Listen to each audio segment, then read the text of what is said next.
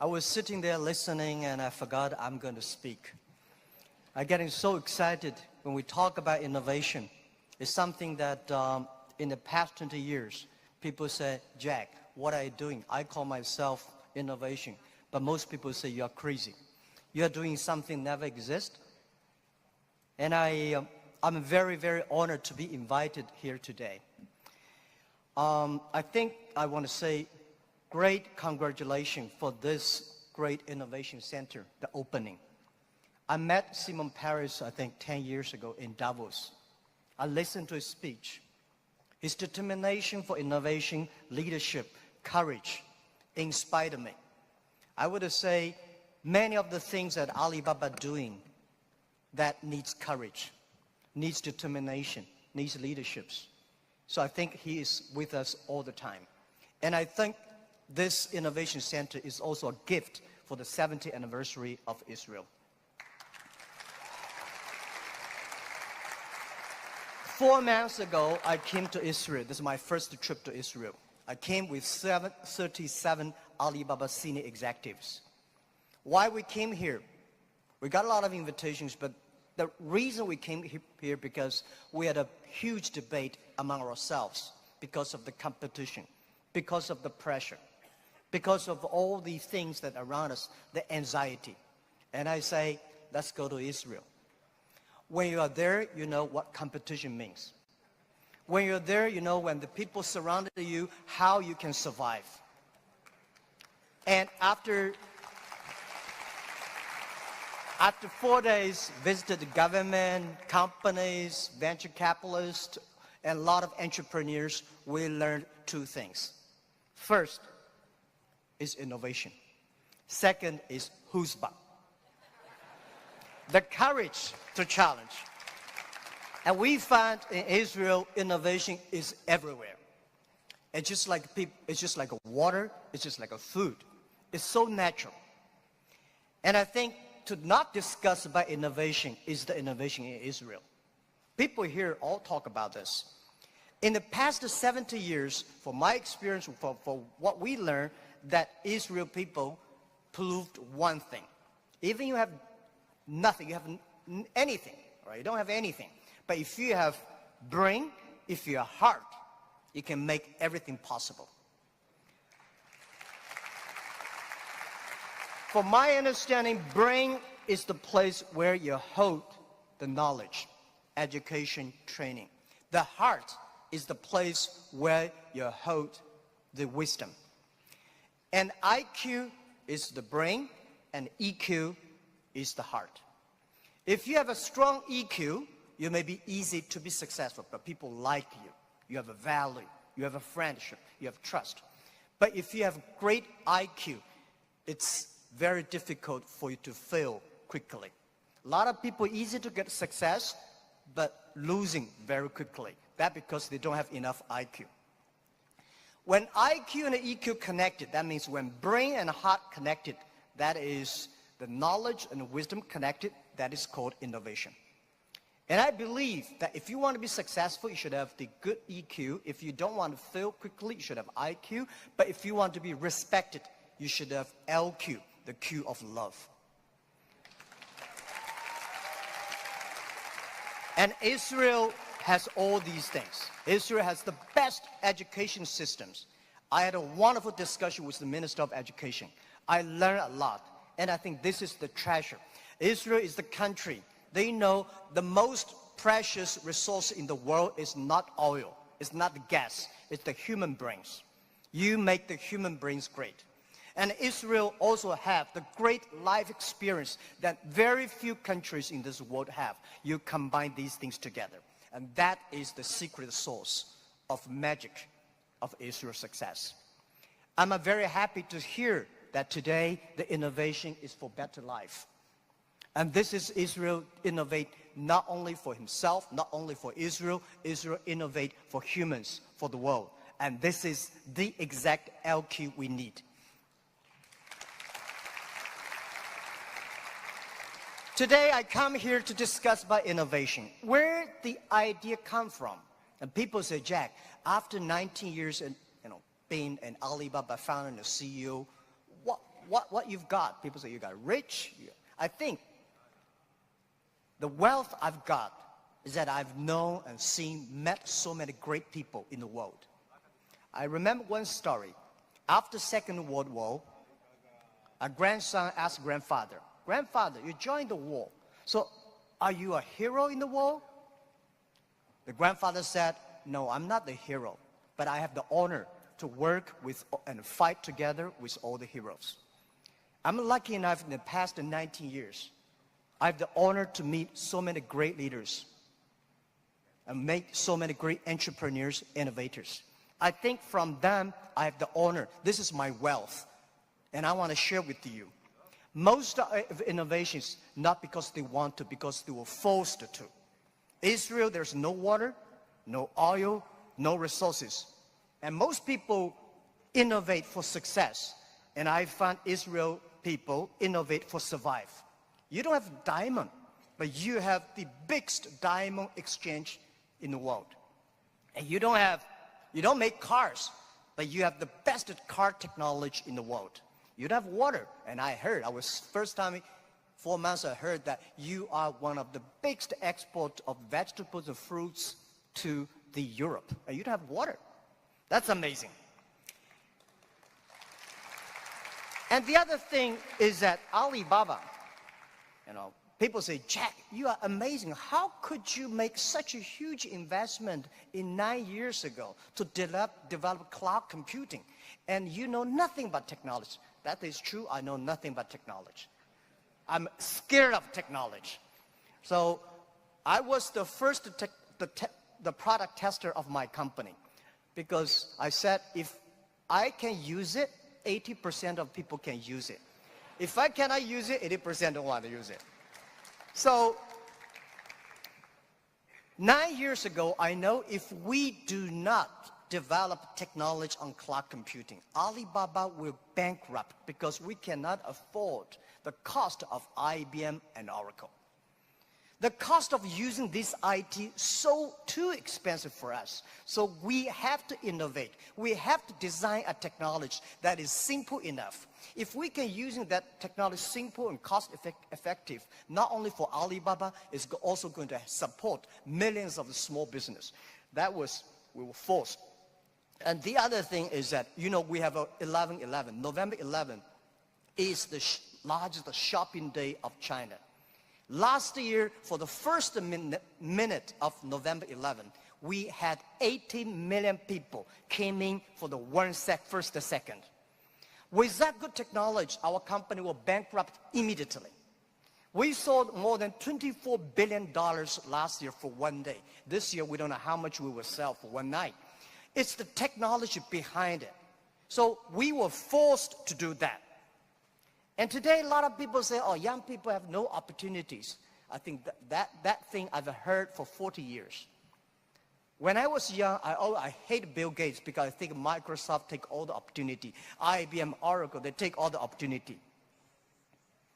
But later I found, when people start to complain, that is the opportunity. Most people keep on complaining. If you can solve the complaining, if you solve the problems, and that is the opportunity. Innovation is the way to solve anxiety, worries, unsatisfaction. Innovation is for happier life. So we believe through the innovation, you can grasp the opportunity for success. The first technology revolution released the physical power of human beings. The second technology revolution released the distance. And this is the third technology revolution, release the human brains. Human beings, like Prime Minister said last night, we never satisfied with today. And the way to make yourself to change yourself, to embrace this challenge is called innovation. And I would like to say, who are those kind of innovative people? Who are these kind of people? I would say those innovators, they look like crazy, stupid, lazy, and even liars. When we started Alibaba, I tell the story about I went to Silicon Valley raising fund. I talked to over 30 venture capitalists. They say, crazy. Alibaba, stupid, crazy name. And e-commerce in China won't work because China has no internet. China has censorship, no credit card, no delivery, nothing else. So they think it's impossible to make. They think, Jack, you're coming here to tell a lie. But we believe China has the future. We believe internet is going to change the China. And at that time, e-commerce in American style is only supported big companies. We believe small business. And people say, small business, they don't make money. How could you make money from them? They're right. We say, if small business in America, e-commerce for big companies, helping big companies to cut the cost. We think helping small companies not to teach them how to cut the cost because they know better than you do. You should help them how to make the money. And washing machine.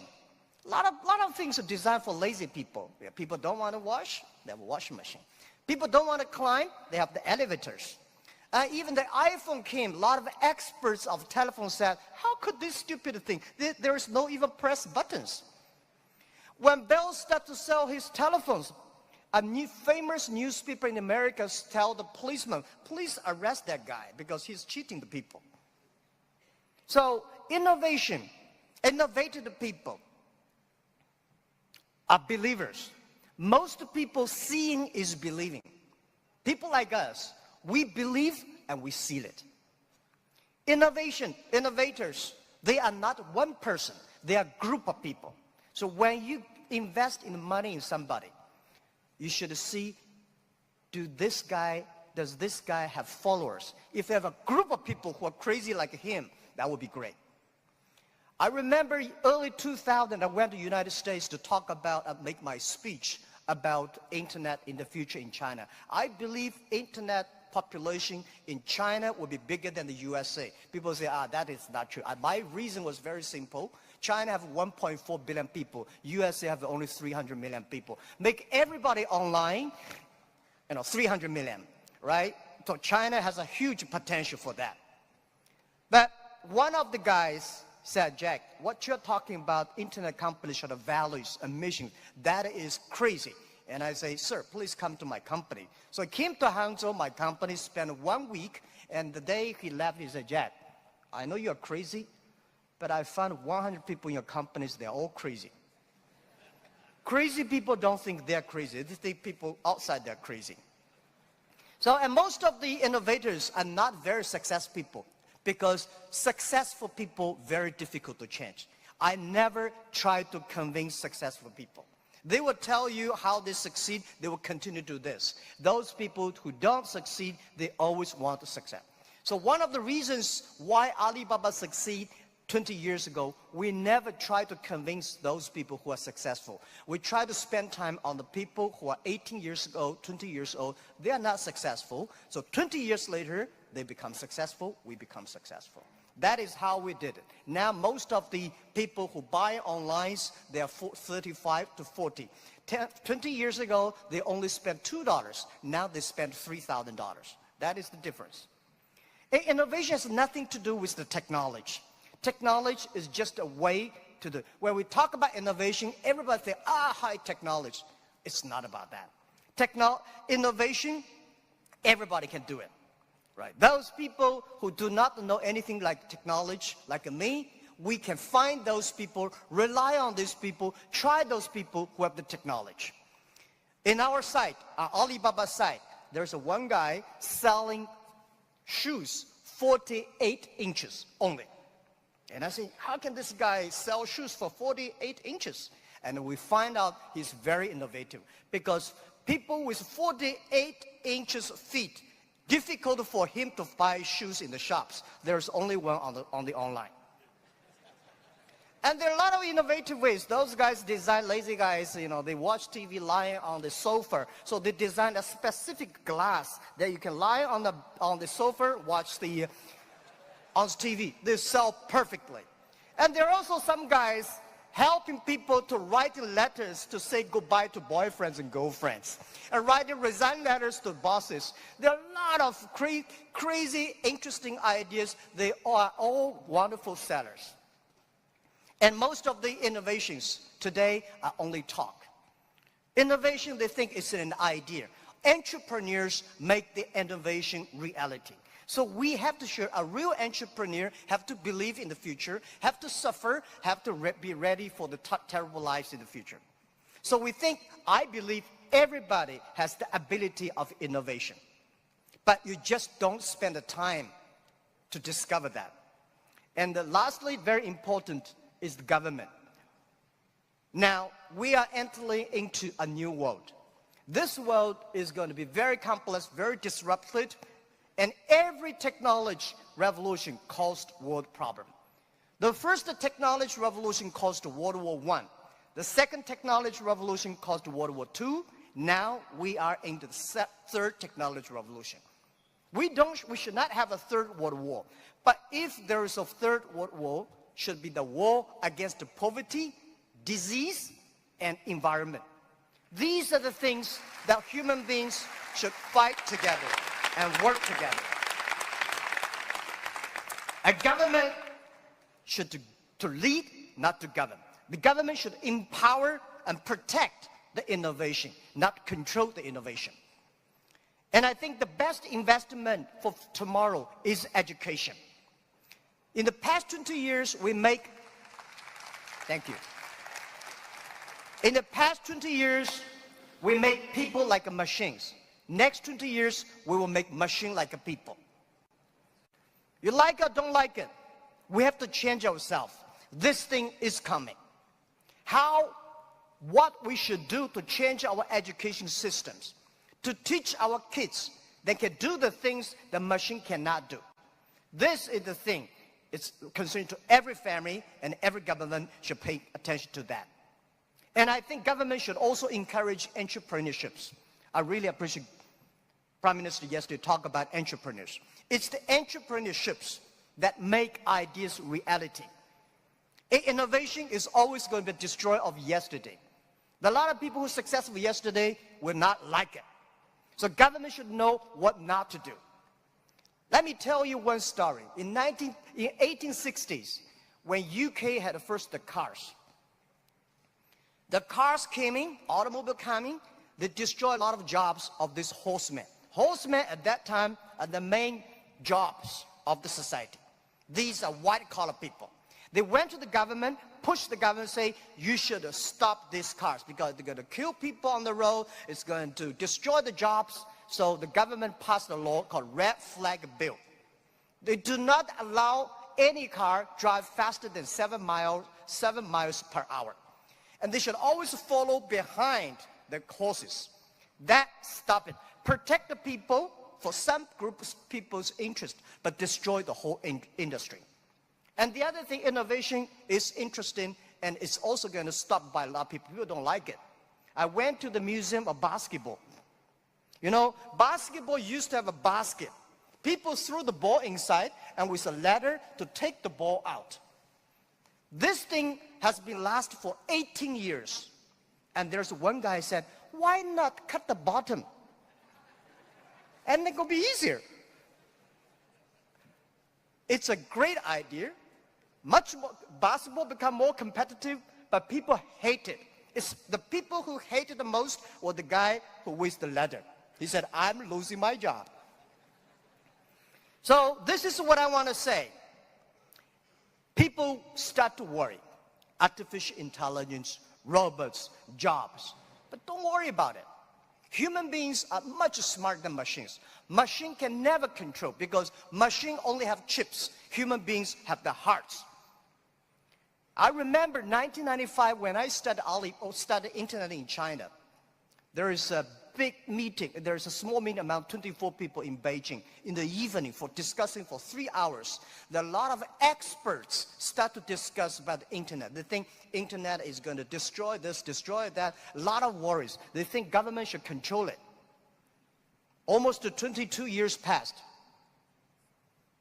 Those things we worried never come up. Those things we did not worry all came up.